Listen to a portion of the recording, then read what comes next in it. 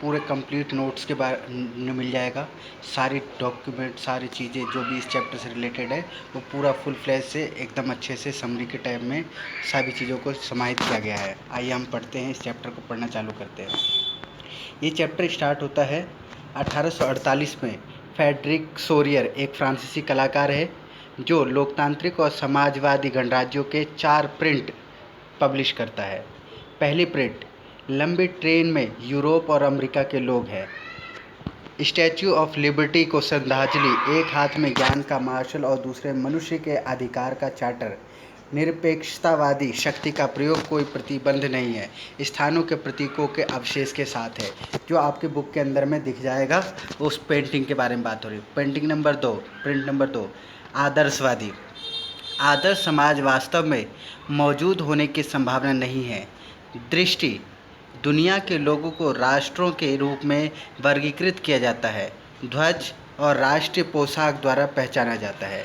तीसरा, जुलूस के नेतृत्व में संयुक्त राज्य अमेरिका और स्विट्ज़रलैंड पहले से ही राष्ट्र राज्य का। फ्रांस की क्रांतिकारी तिरंगा, जर्मनी में काले, लाल और सुनहरे झंडे द्वारा पीछा किया। जब तक सोरियो ने छवि बनाई तो जर्मन एकजुट राष्ट्र नहीं थे और एकता के लिए 1848 में राष्ट्रवादी उम्मीदें चलाई।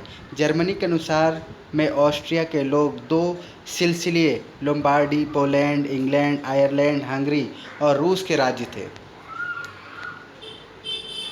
राष्ट्रवाद समझिए क्या है। राष्ट्रवाद ने यूरोप की राजनीतिक और मानसिक दुनिया में बदलाव लाया। बहुराष्ट्रों की बजाय राष्ट्र राज्य के उद्भव का नेतृत्व किया।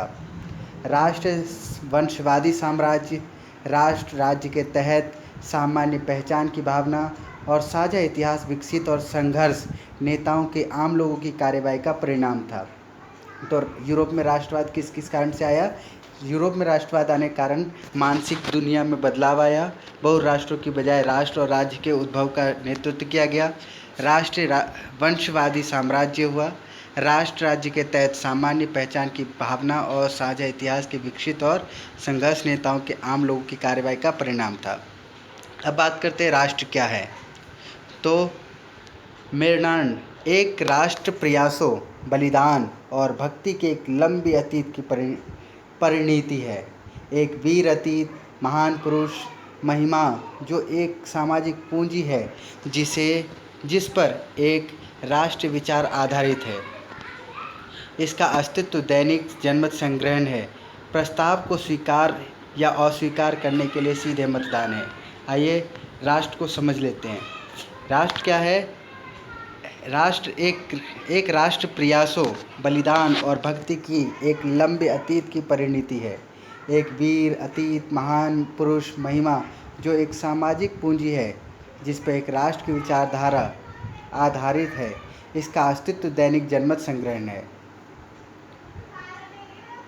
अब बात करते हैं फ्रेंच क्रांति की। 1789 यानी कि 1789 में राष्ट्रवाद की पहली अभिव्यक्ति मानी जाती है। दूसरा, फ्रांसीसी नागरिकों का शरीर राजशाही से हस्तांतरित करे।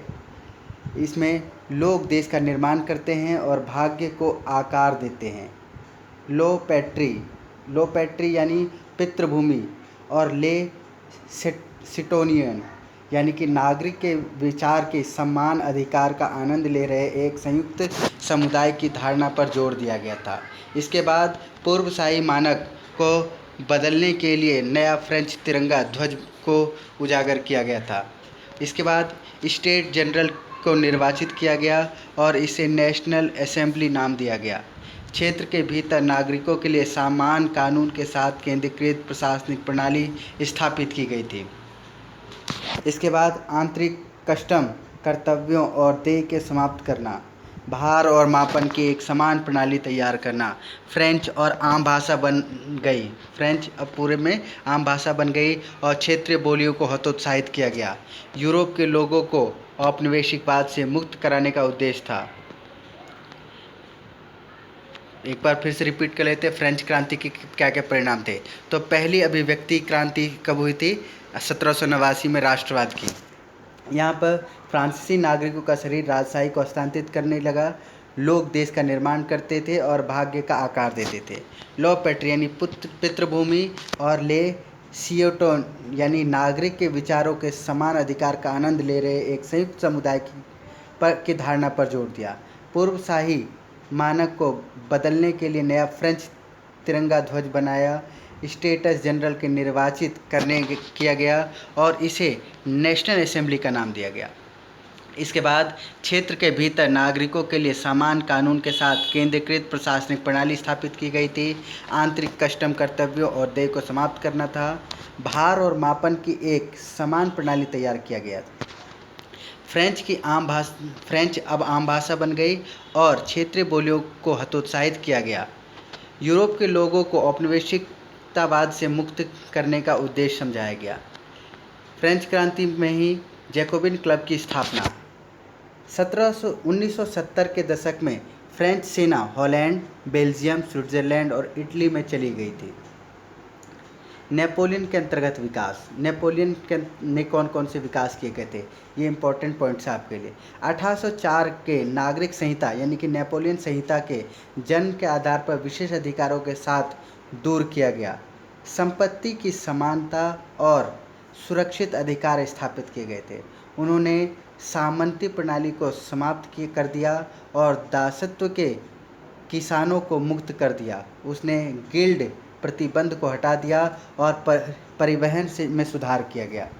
जरा इसको पॉइंट बना करके आप लिख लेना क्या क्या चीज़ें हैं।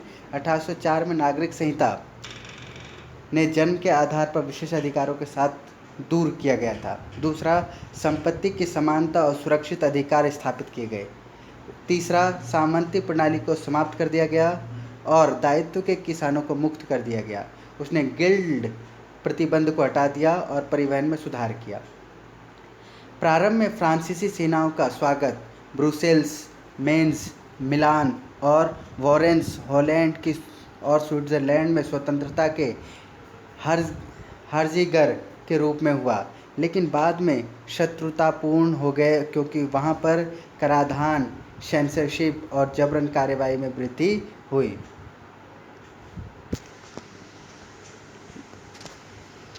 मैप देखिए, ये पूरा मैप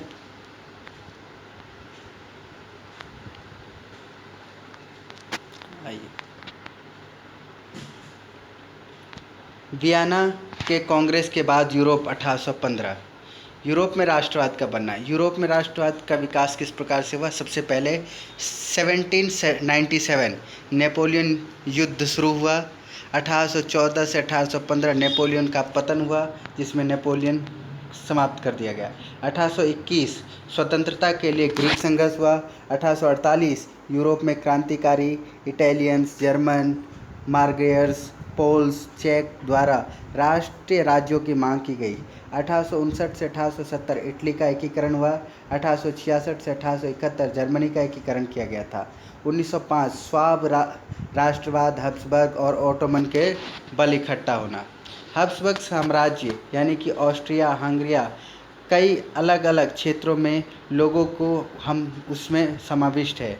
सबसे पहला अल्पाइन क्षेत्र, टायरोल, ऑस्ट्रिया और सुडेनलैंड, बाहेमिया जर्मनी बोलने वाला, लंबार्डी और वेनेशिया के इतालवी भाषा बोलने वाले प्रांत, हंगरी आधा आबादी मैगियर और अन्य क्षेत्रीय बोलने वाले, ग्लेशिया में पोलिश बोलने वाले लोग। किसान समझिए। उत्तर में बोहेमिया और स्लोवाक, कर्नेलिया और स्लोवान, दक्षिणी में कोएटेस और रोमांस, पूर्व के ट्रांसटिल्विया में थे। इस महाद्वीप पर प्रमुख वर्ग आम जीवन शैली, स्वामित्व वाली संपदा और शहर घरों द्वारा एकजुट। अभिजात वर्ग कूटनीति के लिए फ्रेंच बोलते थे, शादी के संबंधों से जुड़े थे लेकिन संख्या में छोटे थे, कट्टरपंथी बहुमत के थे। पश्चिमी यूरोप के बारे में बात करते हैं। किराएदार और छोटे मालिकों द्वारा खेती। पूर्व और मध्य यूरोप विशाल संपदा, सेरफ द्वारा खेती। पश्चिम और मध्य यूरोप औद्योगिक उत्पादन की वृद्धि, वाणिज्यिक वर्ग का उद्भव, 18वीं सदी के दूसरे छमाही इंग्लैंड में औद्योगिकरण और 19वीं शताब्दी में फ्रेंच और जर्मनी में उदारवादी राष्ट्रवाद। ये भी इम्पोर्टेंट है आपके लिए, एक राष्ट्रवाद हो गया, एक उदारवाद हो गया। उदारवाद को ठीक से समझिएगा।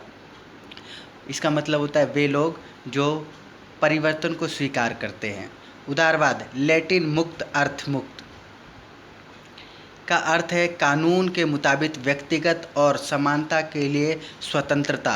यह स्वतंत्रता और लिपिक विशेषाधिकारों के अंत के रूप में खड़ा था और निजी संपत्ति की अनिवार्यता पर बल दिया गया था। राष्ट्रवाद में क्या क्या चीज़ था? उदारवाद और राष्ट्रवाद। उदारवादी राष्ट्रवाद जो लैटिन शब्द है, इसका मतलब है मुक्त अर्थ मुक्त का अर्थ है कानून के मुताबिक व्यक्तिगत और समानता के लिए स्वतंत्रता। यह स्वतंत्रता और लिपिक विशेषाधिकारों के अंत के रूप में खड़ा था और निजी लिपिक संपत्ति की अनिवार्यता पर बल देता था। सार्वभौमिक मताधिकार। सार्वभौमिक मताधिकार का मतलब होता है सभी लोगों को मत देने का अधिकार। फ्रांस शुरू में केवल संपत्ति के स्वामित्व वाले व्यक्तियों को ही वोट देने का अधिकार था। फ्रांस के अंदर में सिर्फ वही व्यक्ति वोट दे सकते थे जिनके पास संपत्ति था। जैकोबिन के तहत सभी वयस्क पुरुषों को सही दिया गया था। नेपोलियन के तहत अधिकार सीमित थे और महिलाओं के लिए कम। बाद में विरोधी आंदोलन शुरू हुआ था। उदारीकरण बाजार की स्वतंत्रता के लिए खड़ा था और राज्य के उन्मूलन को आर्थिक क्षेत्र के अंतर्गत माल और राजधानियों के आंदोलनों पर प्रतिबंध लगाया गया था। उभरते मध्यम वर्ग की मांग के विरुद्ध हुई। नेपोलियन के तहत अपनी मुद्रा, वजन और उपायों के साथ 39 राज्यों के संगठन व्यापारी को कई कस्टम बाधाओं को पार करना पड़ा और सभी पर कस्टम ड्यूटी का भुगतान करना पड़ा। एले कपड़े के लिए माप। एले क्या है? कपड़ों के लिए माप। फ्रैंकफर्ट में 54.7 सेंटीमीटर कपड़ा था। मेन में यह 55.1 सेंटीमीटर था। न्यूमम वर्ग में यह 65.6 सेंटीमीटर था। फीबर्ग्स में यह 35.5 सेंटीमीटर था।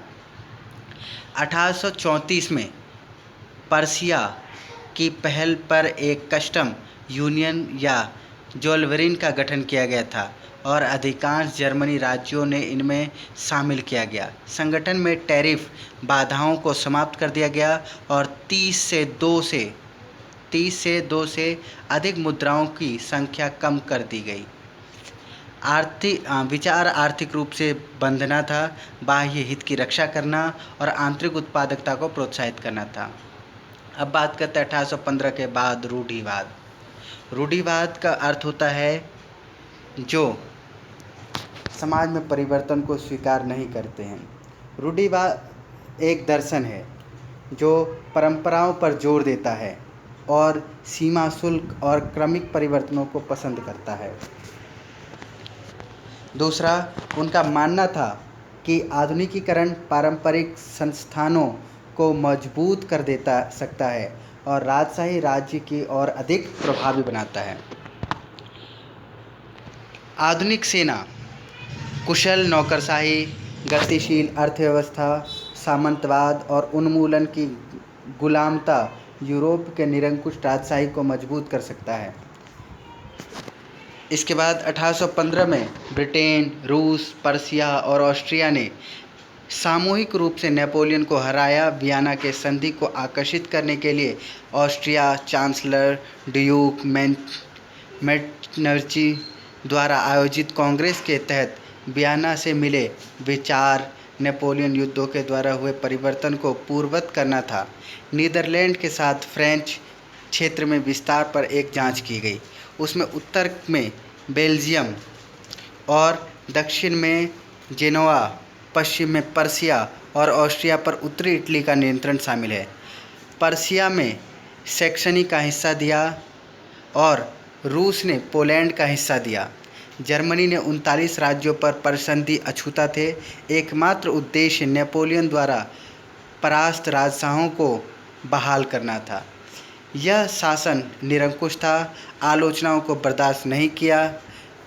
कब्जे वाली गतिविधियों जो निरंकुश सरकार की वैधता पर सवाल उठाती थी, समाचार पत्रों को जो कहा गया उसे नियंत्रित करने के लिए सेंसरशिप कानून लगाए गए थे। अब हम बात करते हैं यूरोप में क्रांतिकारियों की बात। क्रांतिकारियों को प्रशिक्षित करने और विचारों को फैलाने के लिए गुप्त समाज विकसित हुए। वियना कांग्रेस के बाद राजतंत्र का विरोध करें और स्वतंत्रता और आज़ादी के लिए लड़े, ऐसी बातें उनको सिखाया जाता था। जियोसेप मार्जिन इटालियन 1807 में जिनेवा में पैदा हुआ और कार्बोनेरी गुप्त समाज का सदस्य बन गया। 1821 में लिगोरिया में क्रांति के लिए निर्वासित किया गया था। मार्शल और यंग यूरोप में बर्न 1833 में युवा इटली के रूप में दो समाज का गठन उन्होंने समझाया और भगवान ने मानव जाति के प्राकृतिक इकाइयों के रूप में राष्ट्र का इरादा किया है, इसलिए इटली को एक एकीकृत गणराज्य के साथ बना दिया जाना चाहिए था। मैट्रिटिच ने उन्हें हमारे सामाजिक आदर्शों का सबसे खतरनाक दुश्मन बताया था। क्रांति की आयु 1830 से 1848 वर्ष थी। क्रांतिकारियों को मध्यम वर्गीय अभिजात वर्ग, प्रोफेसर, स्कूल शिक्षक, क्लर्क और वाणिज्यिक मध्यम वर्ग शिक्षित किया गया था। 1830 में फ्रांस उथल पुथल। बर्नबोन राजा सत्ता में बहाल थे, उदारवादी लुई फिलिप द्वारा उखाड़ फेंका। मैट्रिटिच ने कहा, जब फ्रांस चीखता है, यूरोप के बाकी हिस्सों में ठंड होता है। ये बहुत ही इम्पोर्टेंट लाइन है और ये पेपर में अक्सर पूछा जाता है, टिक मार्क में आ जाता है, वैसे लिखने के लिए आ सकता है। ठीक है। जुलाई क्रांति में ब्रसेल्स में विद्रोह फैलाया, जिससे बेल्जियम ने ब्रिटेन के नीदरलैंड से दूर हो जाने का नेतृत्व किया। इसके बाद आज़ादी के ग्रीक युद्ध। ग्रीस 15वीं शताब्दी के बाद से तुर्क साम्राज्य का हिस्सा था और 1821 में संघर्ष शुरू हुआ। ग्रीस में राष्ट्रवादी ने ग्रीस में रहने वाले ग्रीस से समर्थक प्राप्त किया, लॉर्ड बर्नियन का धन का आयोजन किया और बाद में युद्ध में लड़ने के लिए गया, जहां उन्होंने 1824 में बुखार के कारण मृत्यु हो गई और 1832 में कॉन्स्टेंटिनोपल के संधि में स्वतंत्र राष्ट्र के रूप में ग्रीस का मान्यता दी। कल्पना और राष्ट्र भावना। आइए, युद्ध और क्षेत्रीय विस्तार का साथ संस्कृतवाद यानी कि कविता, कहानी और संगीत के विचारों से राष्ट्रवाद आया। राष्ट्रवाद की भावना फैलाई जाती है ताकि लोग उसके बारे में समझ सकें। तो युद्ध और क्षेत्रीय विस्तार के साथ साथ संस्कृतिवाद जैसे कविता, कहानी और संगीत के माध्यम से राष्ट्रवाद की विचारधारा को फैलाया गया। रोमांटिकता, कारण और विज्ञान की महिमा की आलोचना की गई और भावनाओं, अंतर्ज्ञान और रहस्यमय भावनाओं पर ध्यान केंद्रित किया गया। विचार सामूहिक विरासत, आम संस्कृति, अतीत और राष्ट्र का आधार साझा करना था। फ्रांसीसी चित्रकार डोलक्रॉस घटना, जहां 20,000 यूनानियों को चियाओस द्वीप पर तुर्क द्वारा मारे जाने के लिए कहा गया था। Johann Gottfried Herder German. आम आदमी दास बॉल के बीच जर्मन संस्कृति की खोज, लोकगीतों और राष्ट्र के नृत्य भावनाओं को लोकप्रिय किया गया। अनपढ़ दर्शकों को संदेश देने के लिए स्थानीय भाषा और लोकगीत का संग्रह लिया गया। ये सारे पॉइंट आप काम आने वाले हैं हर चैप्टर में। अभी हमारे पास पहला चैप्टर है, दूसरा चैप्टर है, तीसरा चैप्टर है, सब में। पोलैंड का विभाजन महान शक्तियों रूस, ब्रिटेन और ऑस्ट्रिया द्वारा किया गया था और भावनाओं को संगत और भाषा द्वारा जीवित रखा गया था। पोलिश भाषा को मजबूर किया गया और रूसी भाषा आम भाषा बन गई। पोलैंड में पादरी के सदस्यों ने भाषा को राष्ट्रीय प्रतिरोध के हथियार के रूप में इस्तेमाल करना शुरू किया। पोलिश चर्च समारोह के लिए इस्तेमाल किया गया और रूसी प्रभुत्व के खिलाफ संघर्ष के प्रतीक के रूप में देखा जाता था। करोल, क्रूपिन्स ने अपने आरोप और संगीत के जरिए राष्ट्रीय संघर्ष मनाया। पोलिनीज और मेजुआज जैसे लोक नृत्य को राष्ट्रवादी प्रतीकों के में बदला गया। 1812 में पहली कहानी को प्रकाशित करने वाले जेकब और विल्हेल्म ग्रीम द्वारा ग्रीम की परी कथाएँ और बाद में जर्मन भाषा के 33 खंड शब्दकोश प्रकाशित किए। फ्रांसीसी वर्चस्व को जर्मन संस्कृति के लिए खतरा माना जाता था और उनको लोक कथाएँ राष्ट्रवादी भावनाओं के निर्माण में उपयोगी थी। अब बात करते हैं भूख, कठिनाई और लोकप्रिय विद्रोह के बारे में। 1830 यूरोप में आर्थिक कठिनाइयों का साल था। 19वीं शताब्दी का पहला आधा यूरोप की जनसंख्या में वृद्धि हुई। शहरी क्षेत्रों में जनसंख्या का हस्तांतरण और मालिन बस्तियों की वृद्धि सस्ती मशीन से सख्त प्रतियोगिता में आयात किया गया। किसानों ने सामंती बकाया और दायित्व के बोझ में संघर्ष किया जहां अभिजात सत्ता में थी। भोजन की कीमतों में वृद्धि और खराब फसलों के वर्षों में समस्या बढ़ गई थी। 1848 व्यापक भोजन की कमी हुई। पेरिस और लुई फिलिप ने बेरोजगारी को भगाने के लिए मजबूर किया गया था।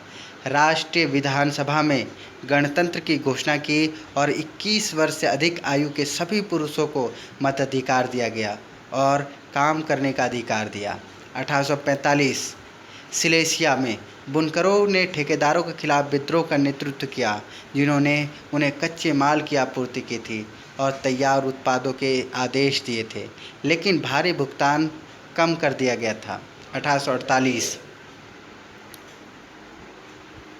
उदारवाद की क्रांति।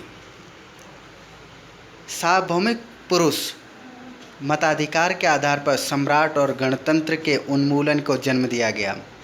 Germany, Italy, Poland, Austria, Hungary साम्राज्य उदार मध्यम वर्ग के पुरुषों और महिलाओं ने राष्ट्रीय एकीकरण के साथ संवैधानिकता के अपने मार्गों को जोड़ दिया।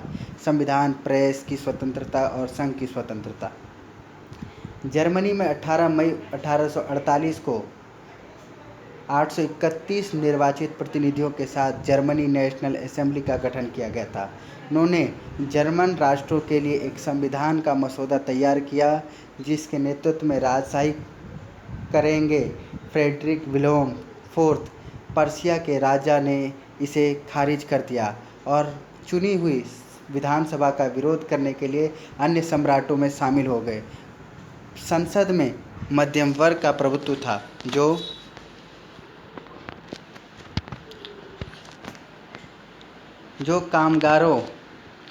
कामगारों की मांगों का विरोध करता था। विधानसभा को तोड़ दिया गया और सैनिकों को बुलाया गया था। महिलाओं ने राजनीतिक संघों की स्थापना की, अखबारों की स्थापना की और राजनीतिक बैठकों में भाग लिया, लेकिन मताधिकार के अधिकारों से इनकार किया गया। सेंट पॉल के चर्च में फ्रैंकफर्ट संसद में महिलाओं को केवल आंगतुर्क की गैलरी में खड़े रहने के लिए पर्यवेक्षकों के रूप में भर्ती कराया गया था। लुईस ओटो पीटर्स 1819 से 95 तक एक राजनीतिक कार्यकर्ता थे जिन्होंने एक महिला पत्रिका की स्थापना की थी और बाद में एक नारीवादी राजनीतिक संघ महिला के अधिकारों और हितों के बारे में जागरूकता फैलाई थी। सम्राटों ने महसूस किया कि क्रांति और दमन के चक्र उदार राष्ट्रवादी क्रांतिकारियों के लिए रियायतें देकर ही समाप्त हो सकते थे। 1848 के बाद मध्य और पूर्व यूरोप की निरंकुश राजशाही ने 1815 से पहले पश्चिमी यूरोप में पहले से ही हुए बदलावों को पेश किया। इसी प्रकार हब्सबर्ग वर्चस्व और रूस के गुलामों और बंधुओं श्रम दोनों को समाप्त कर दिया गया। हब्सबर्ग शासकों ने 1867 में हंगेरिया को अधिक स्वायत्तता प्रदान की। जर्मनी और इटली का निर्माण, ये पॉइंट सबसे ज़्यादा इम्पोर्टेंट है, पेपर में अक्सर आता है। ठीक है, इसको अच्छे से आप नोट कर लेना पढ़ते के साथ साथ और ठीक से समझ लेना। मैं इसको रिपीट करके समझाऊंगा। जर्मनी में राष्ट्र निर्माण के लिए लीबर्स पहल की राजशाही और सैन्य द्वारा दमन किया गया था। ठीक है, और पर्शिया के बड़े जमींदारों, जिसे जैकल्स कहा जाता है, का समर्थन किया गया था। पर्शिया ने ओटो वॉन बिस्मार्क को वास्तुकार के रूप में राष्ट्र एकीकरण का नेतृत्व किया। ऑस्ट्रिया, डेनमार्क और फ्रांस के साथ 7 वर्षों में 3 युद्ध पर्शिया की जीत और एकीकरण में समाप्त किया गया था। तीसरा पॉइंट है, जनवरी 1871 में पर्शियाई राजा विलियम आई को वेबर्स में हॉल ऑफ मिरर्स के एक समारोह में जर्मनी सम्राट घोषित किया गया था। नए राज्यों ने जर्मनी में मुद्रा, बैंकिंग, कानूनी और न्यायिक प्रणाली की आधुनिकीकरण पर बल दिया।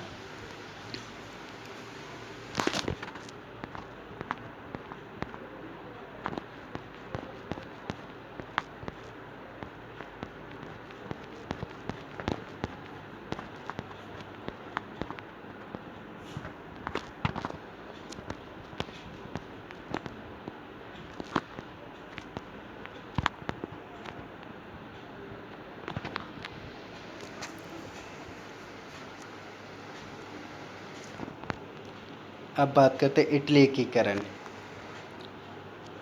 पॉइंट नंबर 1, इटली ने राजवंशों और हब्सबर्ग साम्राज्य को सिखाया था।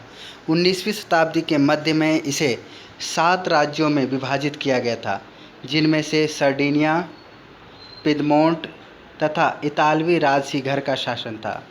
नंबर 2, उत्तरी ऑस्ट्रिया में हब्सबर्ग में था, केंद्र पर पोप का शासन था और दक्षिण क्षेत्र स्पेन के बोर्बन राजा के वर्चस्व के अधीन था।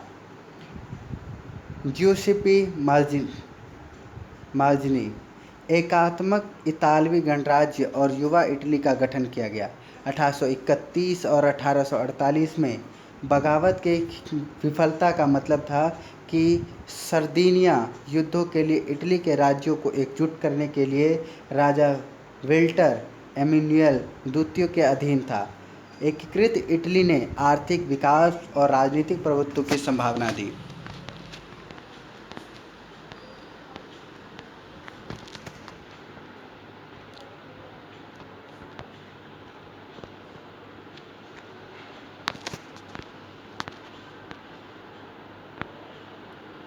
इसके बाद मुख्यमंत्री केवर के नेतृत्व वाली एकीकरण ना तो क्रांतिकारी था और ना ही लोकतांत्रिक। वह इतालवी से बेहतर फ्रेंच बोलता था। 1859 में फ्रांस के साथ गठबंधन में सर्दिनिया ने ऑस्ट्रिया को हराया। 1860 में गारिबाल्डी ने दक्षिण इटली और 2 सिलसिले की कंडिंग में के लिए मार्च किया और स्पेनिश शासकों को हटा दिया। 1861 में विक्टर एमानुएल द्वितीय संयुक्त इटली का राजा घोषित किया गया था। ज़्यादातर इटली निरक्षर था और उदार राष्ट्रवादी विचारधारा से अनजान था। गारिबाल्डी के समर्थक ने कभी भी इटली के बारे में नहीं सुना था और सोचा था कि लतीला एमानुएल की पत्नी थी। गारिबाल्डी नाविक था। 1834 में मार्जिन के साथ युवा इटली के आंदोलनों में शामिल हुआ। दक्षिण अमेरिका में 1848 तक निर्वासन के रहते थे। 1860 में गारिबाल्डी में हजारों की यात्रा में दक्षिण थे। इटली का नेतृत्व किया गया था। स्वयंसेवक शामिल हो गए और लाल लटर्स के रूप में जाने जाते थे। 1867 में गारिबाल्डी ने इटली के एकीकरण के लिए आखिरी बाधा से लड़ने के लिए स्वयंसेवकों को एक सेना को रोम में अगवा कर दिया और पोपल स्टेटस, जहां एक फ्रेंच गार्डन तैनात किया गया था। 1870 में फ्रांस ने रोम की सेना वापस ले ली और पोपल राज्य इटली में शामिल हुए। ब्रिटेन का मामला, आइए ब्रिटेन के मामले के ऊपर हम बात करते हैं। राष्ट्र राज्य गठन अचानक नहीं था, लेकिन एक लंबे समय से तैयार की गई प्रक्रिया थी।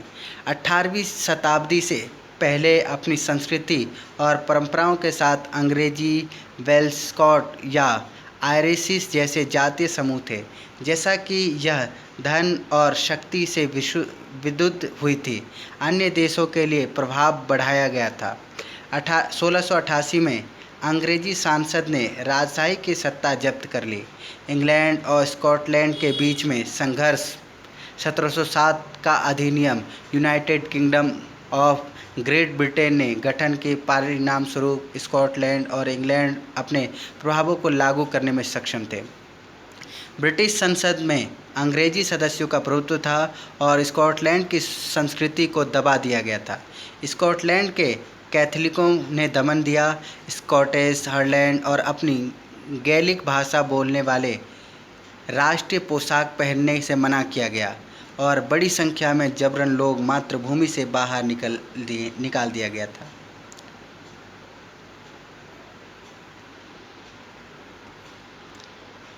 राष्ट्र का हास्यमन। राष्ट्रों को महिलाओं के रूप में चित्रित किया गया। महिला आंकड़ा राष्ट्र के एक रूपक का अमूर्त विचार व्यक्ति या चीज़ों के माध्यम से व्यक्ति को बनाया गया था। फ्रांसीसी ने महिलाओं को स्वतंत्रता, लाल टोपी या टूटी हुई चेन, न्याय, आंखों पर पट्टी वाली महिला का मापने वाले तराजू और गणतंत्र की विचारधारा को चित्रित करने का इस्तेमाल किया गया। फ्रांस में उसे एक लोकप्रिय ईसाई नाम मारियान नाम दिया गया, जिसने लोगों को राष्ट्र के विचारों को रेखांकित किया। उसकी विशेषताएं लिबर्टी और गणराज्य के लोगों से की गई थी। लाल टोपी, तिरंगा, कांगड़ा, सार्वजनिक रूप से बनवाई गई मूर्तियां, सिक्कों और टिकटों के निशान भी बनवाए गए थे। जर्मेनिया जर्मनी राष्ट्र के रूप में माना गया। जर्मेनिया ओक और पत्तियों का एक मुकुट पहनती है क्योंकि जर्मनी ओक वीरता से लड़ खड़ा था। ये कुछ सिंबल्स हैं, नोट कर लेना आप।